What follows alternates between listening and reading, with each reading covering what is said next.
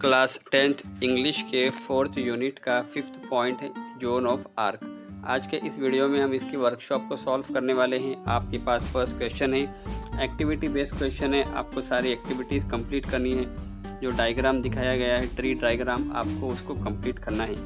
तो इस तरह से आप यहाँ पर देख कर सकते हैं। उसके बाद यहाँ पर सेकेंड क्वेश्चन है, आपको प्ले के अंदर से 2 लाइन लेनी है और आपको बतानी है उनका कॉन्फिडेंस, करेज और डिटर्मिनेशन। तो यहाँ पर लिखा हुआ है, आंसर आप देख सकते हैं। उसके बाद यहाँ पर थर्ड है, match the comparison as given in the extract. आपको कंपैरिजन करके उसका आंसर नीचे लिखना है ब्रैकेट के अंदर। आप यहाँ पर देख लीजिए, नीचे आंसर लिखा हुआ है। उसके बाद आपको रीज़न बताना है क्यों।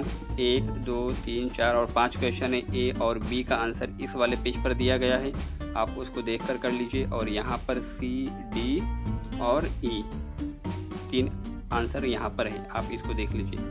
उसके बाद में यहाँ पर आपको मीनिंग बतानी है और जुमलों में इस्तेमाल करना है। तो आप इसको देख कर लीजिए। 1, 2, 3 यहाँ पर है, 4, 5 और 6 इस साइड में है।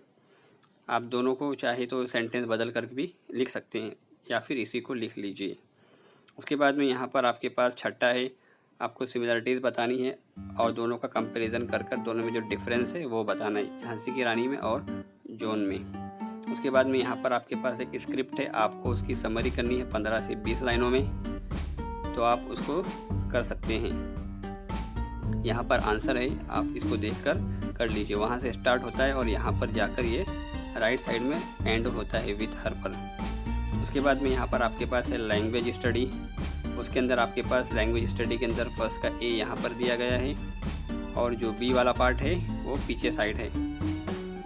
Fill in the gaps in the table, इसका आंसर यहाँ पर है। और यहाँ पर जाकर आपका 4.5 जोन ऑफ आर्क यहाँ पर जाकर कंप्लीट होता है। उम्मीद करते हैं कि आज की वीडियो आपको पसंद आई होगी। वीडियो पसंद आई हो तो उसे लाइक कीजिए, शेयर कीजिए और हमारे चैनल को सब्सक्राइब कीजिए।